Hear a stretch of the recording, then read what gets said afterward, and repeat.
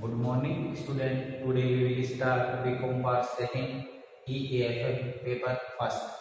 अपना टॉपिक है वो फंड फ्लो स्टेटमेंट का है।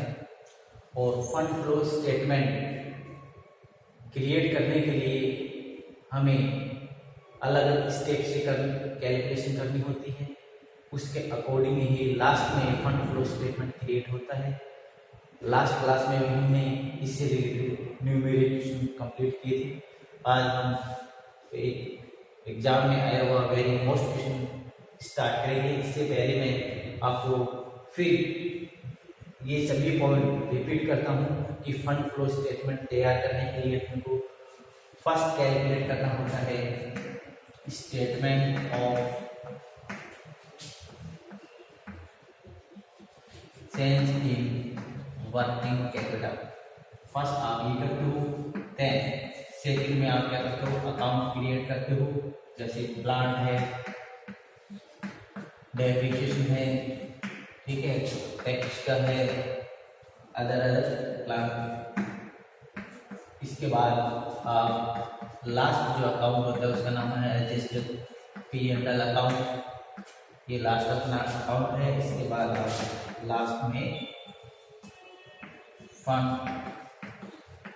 फ्लो स्टेटमेंट क्रिएट करते। ये अपने स्टेप रहते हैं। अपने पास 2 इयर्स की बैलेंस शीट होगी। उस 2 इयर्स की बैलेंस शीट में अपने को ये स्टेप करनी है। फर्स्ट हम क्या करेंगे, फंड फ्लो स्टेटमेंट क्रिएट करेंगे। इसके लिए फर्स्ट अपना क्या है, statement of change in working capital. तो statement of change in working capital का एक स्टेटमेंट तैयार किया जाएगा। और उस स्टेटमेंट में क्या ध्यान रखना होता है अपने को, उस स्टेटमेंट में करंट एसेट्स और करंट लायबिलिटीज, इसकी हेल्प से हम फर्स्ट पॉइंट कैलकुलेट करते हैं statement of change in working capital.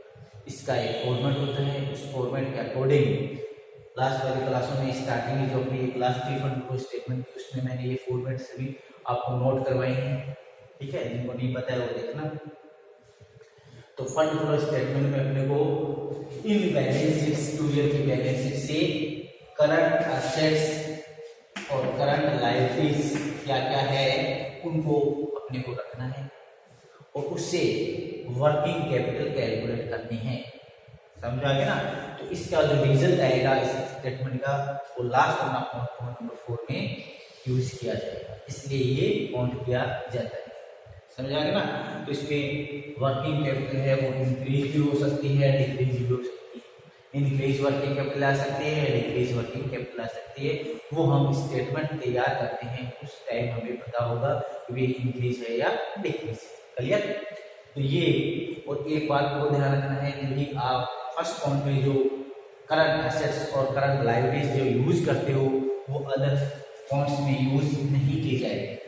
Point number second third कहने का मतलब अकाउंट क्रिएट करोगे रजिस्टर्ड P&L में या फंड फ्लो स्टेटमेंट में, कहीं पर आपको नहीं लिखना है जो आपने फर्स्ट पॉइंट में यूज किया है।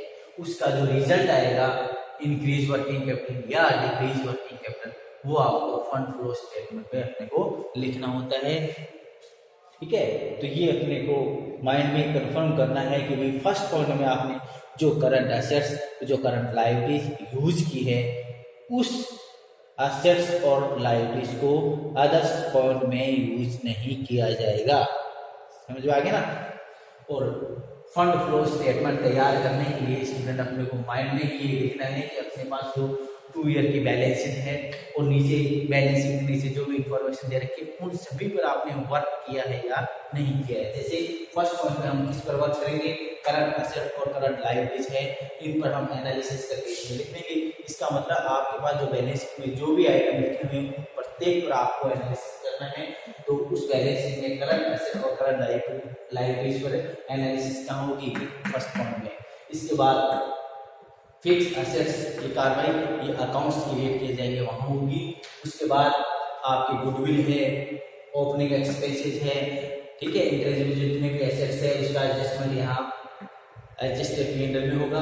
उसके बाद फंड फ्लो स्टेटमेंट में आपको सोर्स और एप्लीकेशन मैनुअल, आपने जो सोर्स है उसका यूटिलाइजेशन यूज कहाँ किया है वो अपने को बताना है। तो इस प्रकार से अपने को प्रत्येक पॉइंट पर एनालिसिस करते हुए क्वेश्चन को कंप्लीट करना है, ठीक है। और स्टेप बाय स्टेप चलना है। ये नहीं कि आप चाहो कि भी fund flow statement direct calculate कर लेते हैं, डायरेक्ट कैलकुलेट नहीं होगा, स्टेप बाय स्टेप ही चलना होगा, उससे ही सही होगी। आप अपने बुक में एग्जाम्पल देखते हो, एग्जाम्पल में आंसर लिख के, सोल्व लिख के सबसे पहले फंड फ्लो ही लिखते हैं, फंड फ्लो स्टेटमेंट, उसके बाद वर्किंग नोट बनाता है ये, ठीक है। तो उससे तो प्रिंट किया आप कैलकुलेशन करोगे तो सभी को पता है कि भी आपको किस तरह पहले ये लिखना है कि अपने फर्स्ट ये करना है फंड फ्लो, वर्किंग नोट करेंगे, वर्किंग नोट कंप्लीट होने के बाद लास्ट में फंड फ्लो स्टेटमेंट क्रिएट करेंगे, क्योंकि फंड फ्लो स्टेटमेंट ये कैलकुलेशन प्रारंभिक या ओपनिंग जो कैलकुलेशन है वो कंप्लीट होने के बाद ये फटाफट कंप्लीट होता है, इसमें कोई प्रॉब्लम नहीं रहती, ठीक है। तो ये पॉइंट अपने को करने होते हैं। इसके बाद दूसरा पॉइंट हम बात करते हैं अकाउंट्स क्रिएट किए जाएंगे, किसके किए जाएंगे नहीं पता है किसके किए जाएंगे। पॉइंट नंबर सेकंड में लिखा है अकाउंट्स क्रिएट किए जाएंगे। अब आपको बेसिकली ये प्लान, डेप्रिसिएशन, टैक्स इनके करने हैं क्या, ये आपको प्रत्येक क्वेश्चन में ये देखना है किसके करने हैं, ठीक है। आपको ये नहीं बताएगा वो कि आप प्लांट का, डेप्रिसिएशन का, टैक्स का, कैपिटल का अकाउंट क्रिएट करिए, वो आपको इनडायरेक्ट से इंफॉर्मेशन देगा। आपको कहेगा कि प्लान परचेज किया, सोल्ड किया, डेप्रिसिएशन पेमेंट किया, टैक्स पेमेंट किया, ये सभी आपको इनडायरेक्ट से नीचे ट्रांजैक्शन देगा। तो स्टूडेंट उस ट्रांजैक्शन को देखकर ही आपको ये डिसाइड करना है कि इसके अकाउंट क्रिएट करने हैं या नहीं, ठीक है। तो इस प्रकार से आपको ध्यान रखना है कि यदि नीचे इन्फॉर्मेशन में आपको कोई ट्रांजैक्शन दिए हैं तो उस ट्रांजैक्शन के आप अकाउंट क्रिएट करना। मोस्टली प्लांट के बारे में बोलता है कि प्लांट इतने का था, कॉस्ट इतनी थी, इतना डेप्रिसिएशन था, ये इससे कॉस्ट पर इसको आपने सोल्ड कर दिया है, ये इसकी कॉस्ट है, तो इससे आपको प्लांट अकाउंट क्रिएट करना है, ठीक है। इसी प्रकार से डेप्रिसिएशन का ओपनिंग क्लोजिंग बैलेंसेस दिया हो तो उसके अकॉर्डिंगली अपने को ध्यान में रखना है कि डेप्रिसिएशन क्रिएट करना है या नहीं करना है, ठीक है। तो प्लांट की मोस्टली प्लांट का मतलब मशीन अकाउंट है या प्लांट है, प्लांट मशीनरी है, ठीक है, या लैंड बिल्डिंग है, ये अकाउंट अपने को मोस्टली प्रत्येक में ही ट्रांजेक्शन नीचे मिलता है, तो उससे अपने को अकाउंट क्रिएट करना होता है, ठीक है। अकाउंट कैसे क्रिएट किए जाते हैं ये सभी आपको बता रखे हैं, वैसे ही अपने को अकाउंट क्रिएट करना है, ठीक है। मोस्टली ट्रांजेक्शन ये जो मशीनरी का है ये ध्यान रखना है कि ट्रांजेक्शन के अकॉर्डिंग, जैसे आपको कहेगा कि मशीन है उसकी कॉस्ट है 20,000, डेप्रिसिएशन है वो 3,000, ठीक है। सोल्ड किया आपको ऐसे बोल दिया इसने 15,000 में, एक सिचुएशन ऐसे हो सकती है, तो फिर आपको टैली करना है कि इस ट्रांजैक्शन से लॉस हुआ है या प्रॉफिट, कितने की कॉस्ट का था 20,000, ठीक है। 20,000 की मशीन थी, आपने 3,000 डेप्रिसिएशन कलेक्ट किए हैं, 15,000 में सोल्ड किया, तो 15,000 में से कितने 18,000 तो इस मशीन से कलेक्ट कर लिए, बट इसकी कॉस्ट थी 20,000, तो कितने का 2,000 का क्या हो गया लॉस, ये एक सिचुएशन, ठीक है। First point. सेकंड में क्या हो सकता है, यहाँ ऐसे देखिए तो मैं ये कॉस्ट है 20,000, डेप्रिसिएशन आपने अभी तक कलेक्ट किया है वो 3,000 है और सोल्ड किया है 25,000 है, तो क्या बेनिफिट हुआ है नहीं हुआ वो देखिए, तो आपको बेनिफिट हुआ, ठीक है। 25, 28 और 20 का था 8,000 का क्या हो गया बेनिफिट हो गया, तो आप प्रॉफिट लिख दोगे 8,000, ठीक है। तो प्रॉफिट होता है वो डीआर में लिखा जाता है, वो पीएनएल के नाम से, सीआर में बाय पीएनएल लॉस लिखा जाता है। आई थिंक ये बातें सभी को पता है, ठीक है। तो ये अपने को स्टूडेंट ध्यान रखना है। इसके बाद नेक्स्ट पॉइंट है एडजस्टेड पीएनएल अकाउंट। एडजस्टेड जो पीएनएल अकाउंट है इसमें जैसे गुडविल है, ओपनिंग एक्सपेंसेज है, डिवेंचर का इंटरेस्ट है, redemption of preferences, premium on redemption of preferences, premium on redemption of debenture, इनको किया है, ठीक है। डिविडेंड का पेमेंट किया है, इंटरेस्ट का पेमेंट किया है, ये सभी ट्रांजैक्शन स्टूडेंट 2 में लिखे जाते हैं, और उसके बाद फाइनल रिजल्ट निकलता है कि फंड फ्रॉम ऑपरेशन कितना हुआ है, ठीक है, ये किया जाता है। ये सभी काम करने के बाद लास्ट अपना काम है फंड फ्लो स्टेटमेंट। और फंड फ्लो स्टेटमेंट है, इसके दो फॉर्मेट है, अकाउंट फॉर्मेट और स्टेटमेंट फॉर्मेट। ठीक है, अकाउंट फॉर्मेट और स्टेटमेंट फॉर्मेट में इसको तैयार किया जाता है। Application of source of funds और एप्लीकेशन ऑफ फंड्स, ठीक है, दोनों ये इक्वल है तो फंड फ्लो सही है। ठीक है, सोर्स ऑफ फंड्स और एप्लीकेशन ऑफ फंड्स का हम टोटल करते हैं, टोटल यदि इक्वल आता है तो क्या है सही, और इक्वल नहीं आता है तो क्या है, तो इसका मतलब ये है कि कहीं मिस्टेक हुई है, और मिस्टेक फिर यहीं से फर्स्ट पॉइंट से ही हमें चेक करनी होती है।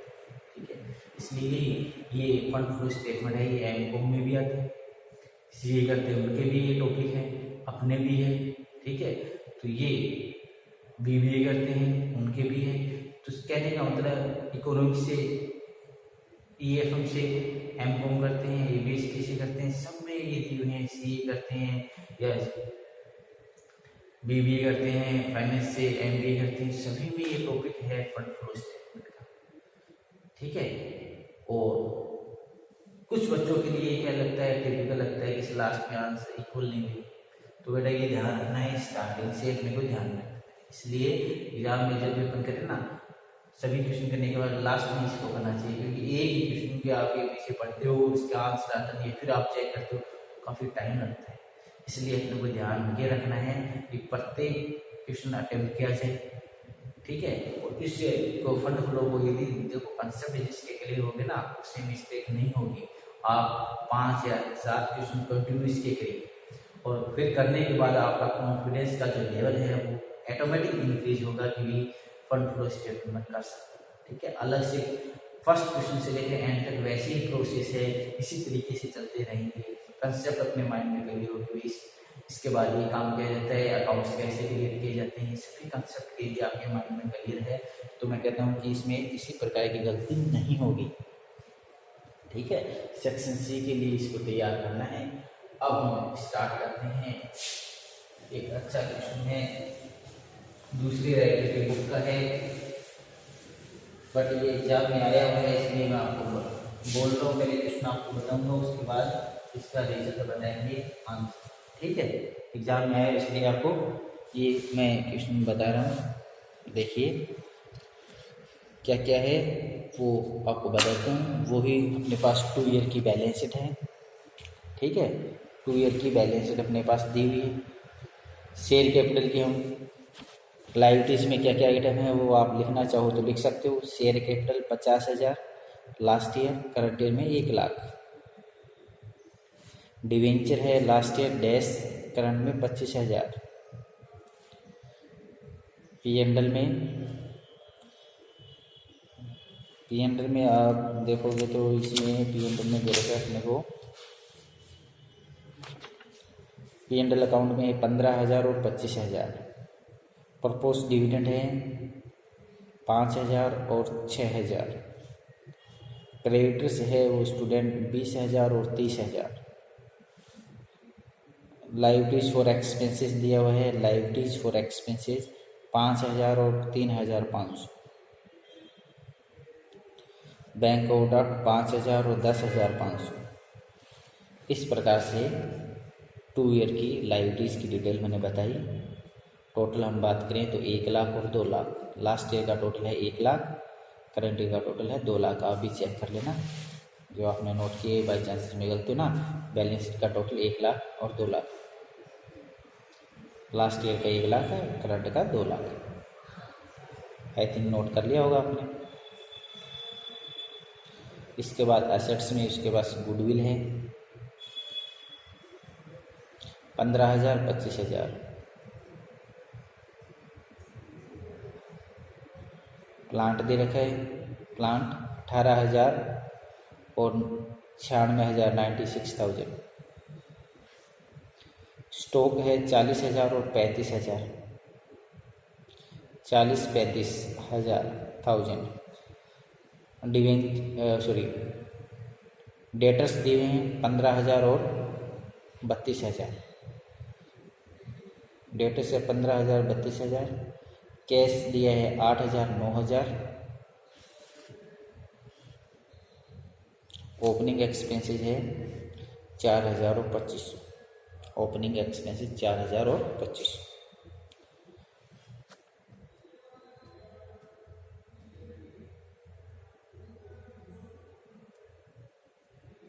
इसके बाद नीचे अपने को इसने बताया है वो, और आप सुन लीजिए, नोट करने की आवश्यकता नहीं है। 2 ट्रांजैक्शन दिए हैं। A business was purchase during the year by issued 25,000 shares and 25,000 debenture. कहने का मतलब आपने 25,000 के शेयर्स और 25,000 के डिवेंचर इश्यू किए हैं, निर्मित किए हैं। ठीक है।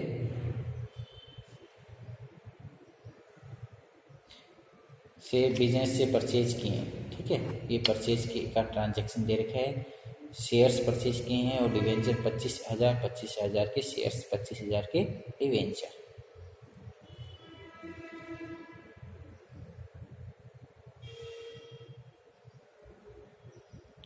इसके बाद आगे अपने को बताया depreciation 6,000 has been provided in year. Depreciation है 6,000 इस ईयर का। फिर आगे अपने को कहता है ये मशीन हैज बीन सोल्ड, आपने एक मशीन को सोल्ड किया है, उसकी सोल्ड किया है वो 1,500 है। रिटर्न डाउन वैल्यू दे रखी है 1,000। सोल्ड तो कितने में गया है 1,500 में, और रिटर्न डाउन वैल्यू कितनी है 1,000।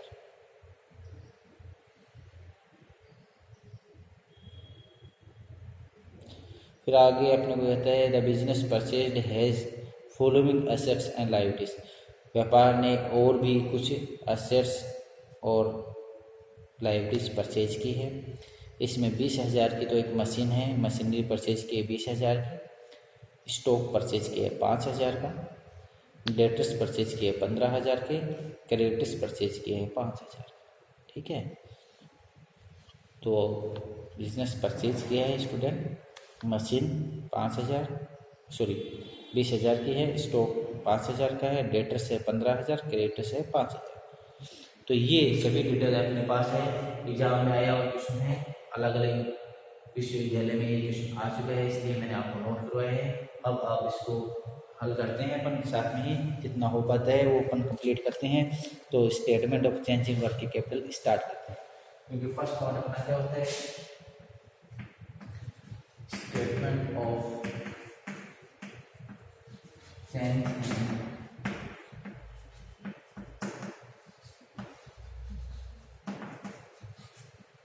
Statement of change in working capital. इसके लिए स्टूडेंट क्या होता है, अपने को कॉलम क्रिएट करने होते हैं, कितने 4 कॉलम।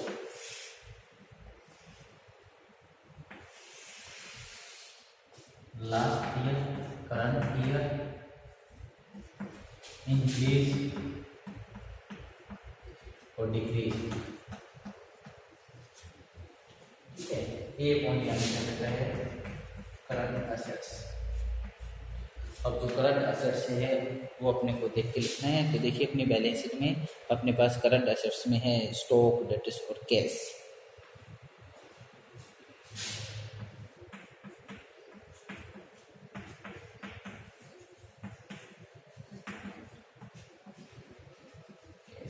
ठीक है, अब बात करते हैं स्टॉक की। स्टॉक है 40 और 35, तो यहाँ 40,000 क्लियर। इसके बाद डेटर्स है 15,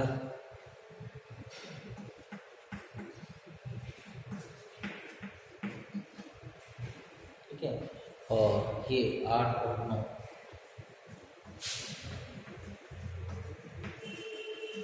ये स्टूडेंट अपने पास करंट एसेट्स है। अब इसका इंक्रीज डिक्रीज देख लेते हैं। ये देखिए लास्ट ईयर स्टॉक था 40 और 35, तो इंक्रीज हुआ या डिक्रीज, डिक्रीज कितने, ऐसे करते हैं।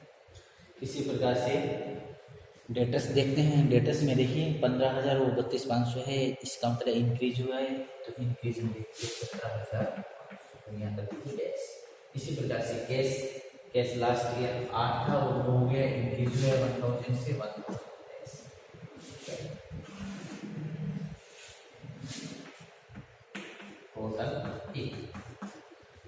इसका टोटल ए कर देते हैं, इसके बाद हम लिख देते हैं करंट लायबिलिटीज। अब करंट लायबिलिटीज में देखेंगे, फर्स्ट अपन इनका टोटल करते हैं।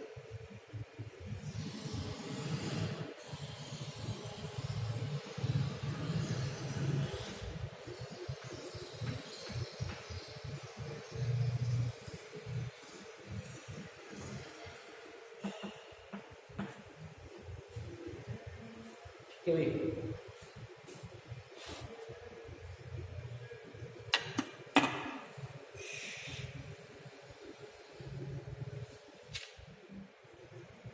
अब करंट लायबिलिटीज में अपने को लिखना है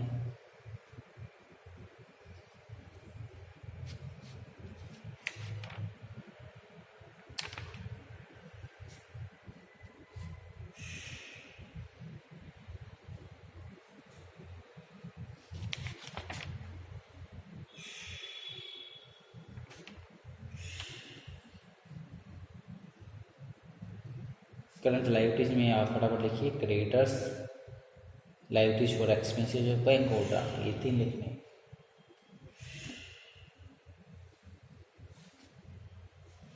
जैसे क्रेडिटर्स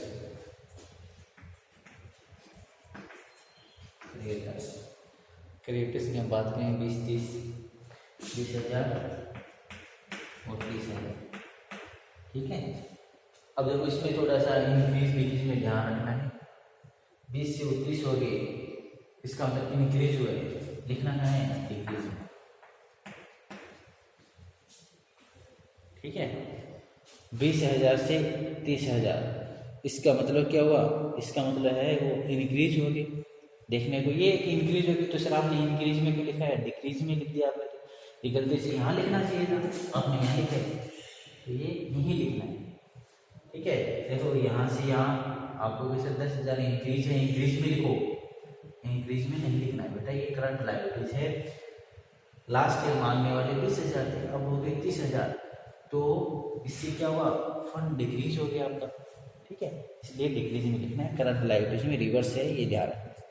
इसी प्रकार से आप स्टूडेंट लायबिलिटीज फॉर एक्सपेंसेस लिखो 5,000 और 3500, बैंक ओवरड्राफ्ट लिखो 5,000 और 10,500, ठीक है।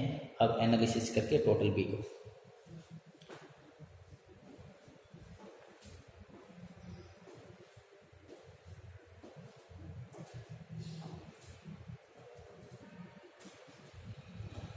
टोटल ए मैंने कर दिया है, टोटल बी में ये पॉइंट्स लिख के टोटल बी करिए, जैसे मैंने टोटल ए लिखा है वैसे ही टोटल बी लिखिए।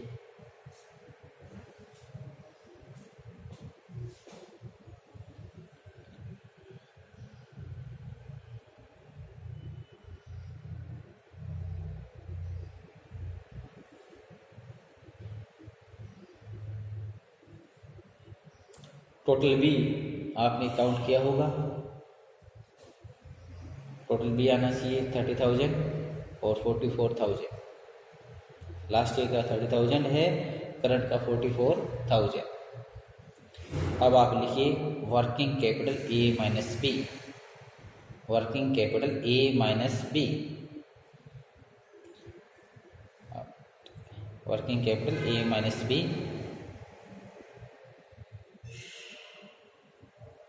ए माइनस बी कर लीजिए। फर्स्ट ईयर का करिए, सेकेंड ईयर का करिए। फर्स्ट ईयर का आप करोगे 33,000, सेकेंड ईयर का करोगे 32,500, 32,500, इतने है ना। इसका मतलब तो क्या हुआ है, डिक्रीज हुए। लास्ट ईयर वर्किंग कैपिटल 33,000 थी, अब 32,500 है, तो 500 रुपये से क्या हो गया, डिक्रीज। तो नीचे लिख दीजिए decrease in working capital, decrease in working capital. First column में डैश, सेकंड में 500, 500। अब टोटल कर दीजिए 33,000, 33,000। फर्स्ट में डैश करना है, सेकंड में क्या लिखना है, 500। अब आप इंक्रीज डिक्रीज वाला भी देख लीजिए, वहीं पर भी इनका टोटल कर दीजिए। इसमें भी आपको क्या आएगा, 500 का अंतर आएगा जो आपको इंक्रीज में लिखना है, ठीक है। डिक्रीज होता है तो इंक्रीज में लिखते हैं, इंक्रीज होता है तो डिक्रीज में लिखते हैं, ठीक है। यहाँ डिक्रीज है तो क्या लिखना है, इंक्रीज में।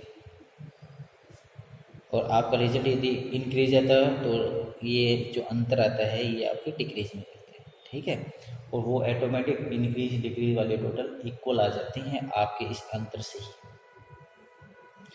तो इस प्रकार से स्टूडेंट आपने रिजल्ट निकाल दिया है। इस फर्स्ट पॉइंट का रिजल्ट है डिक्रीज वर्किंग कैपिटल 500, जो आपको फंड फ्लो स्टेटमेंट क्रिएट किया जाएगा, वहां पर अपने को लिखना है। समझ में आ गया ना? डिक्रीज होता है तो सोर्स में लिखना है, इंक्रीज होता है तो एप्लीकेशन में। ठीक है, सोर्स ऑफ फंड्स में अपन डिक्रीज वर्किंग कैपिटल 500 लिखेंगे, याद रखना। हम स्टेटमेंट तैयार कर देते हैं और बाद में जो मेन जो काम है फंड फ्लो स्टेटमेंट, उसमें अपन लिखना ही रह जाता है। फिर देखते हैं कि 500 रुपये का अंतर है, यहाँ का इसका रिजल्ट आपने नहीं लिखा, तो ये रिजल्ट आपको ध्यान रखना है। इसमें डिक्रीज होता है तो फंड फ्लो स्टेटमेंट जो है उसमें सोर्स साइड में आपको लिखना है, और इसमें इंक्रीज होता है तो एप्लीकेशन साइड में लिखना है, ये आपको ध्यान रखना है।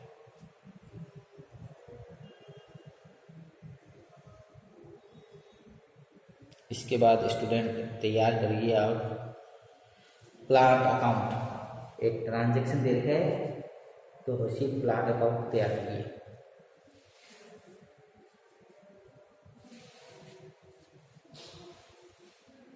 मशीन प्लांट अकाउंट बिल्कुल सिंपल है, फटाफट तैयार कर लीजिए। उसके बाद आगे स्टार्ट करते हैं।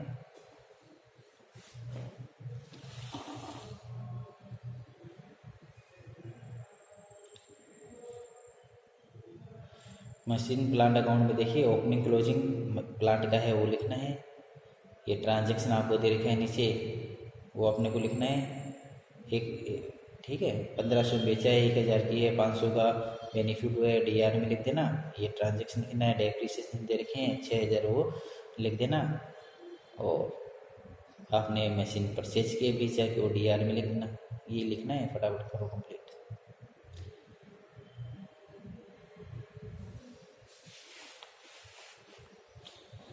तो इस प्रकार से प्लांट अकाउंट जो है उसमें डीआर में अंतर आएगा स्टूडेंट, उसको लिख देना टू कैश, और डीआर में जो अंतर आता है उसको लिखते हैं टू कैश ब्रैकेट में परचेज 65,000, 65,000 का अंतर आएगा, तैयार करना 65,000। इसके बाद स्टार्ट करना है अपने को एडजस्टेड P&L अकाउंट। और एडजस्टेड जो P&L अकाउंट है उसमें डीआर में क्या क्या आइटम है वो मैं बोल रहा हूँ, आप लिखते जाना। तो गुडविल जो अंतर है वो राइट ऑफ बैलेंस शीट में आप देखिए, उसमें अंतर 5,000 का है, वो लिख दीजिए। गुडविल राइट ऑफ किया अपने 5,000 से। फिर लिखिए टू डेप्रिसिएशन, ये अपने को क्वेश्चन में दे रखा है 6,000, 6,000। ओपनिंग एक्सपेंसेस को राइट ऑफ हुआ है तो 1500 लिख दीजिए अंतर, ओपनिंग एक्सपेंसेस 1500। इसके बाद लिख दीजिए प्रपोज डिविडेंड, अंतर देखिए, अंतर नहीं है। प्रपोज डिविडेंड में अपने को ध्यान रखना है कि लास्ट ईयर का करंट में पेमेंट होता है, करंट ईयर का जो डिविडेंड है प्रपोज वो P&L में चार्ज होता है। लास्ट ईयर का प्रपोज डिविडेंड करंट में पेमेंट किया जाता है, और करंट ईयर का जो डिविडेंड है वो P&L से चार्ज किया जाता है। तो टू प्रपोज डिविडेंड 6,000, 6,000। फिर लिख दीजिए टू बैलेंस डी, ये भी अपने को दे रखा है 25,000। अब CR साइड लिखो बाई बैलेंस BD, ये भी अपने पास है P&L का ओपनिंग बैलेंस। फिर बाई प्लांट अकाउंट 500 रुपये का प्रॉफिट हो ना, टू P&L लिखा हुआ है वहाँ पर, यहाँ बाई प्लांट अकाउंट 500। और अब आप अंतर काउंट कर लीजिए by fund from operation, by fund from operation 28,000, 28,000 by fund from operation आएगा। तो इस प्रकार से स्टूडेंट हम फंड फ्रॉम ऑपरेशन भी कैलकुलेट कर चुके हैं। अब लास्ट पॉइंट अपना है फंड फ्लो स्टेटमेंट। फॉर्मेट तैयार कीजिए फटाफट। Source of funds, amounts, application of funds और अमाउंट्स।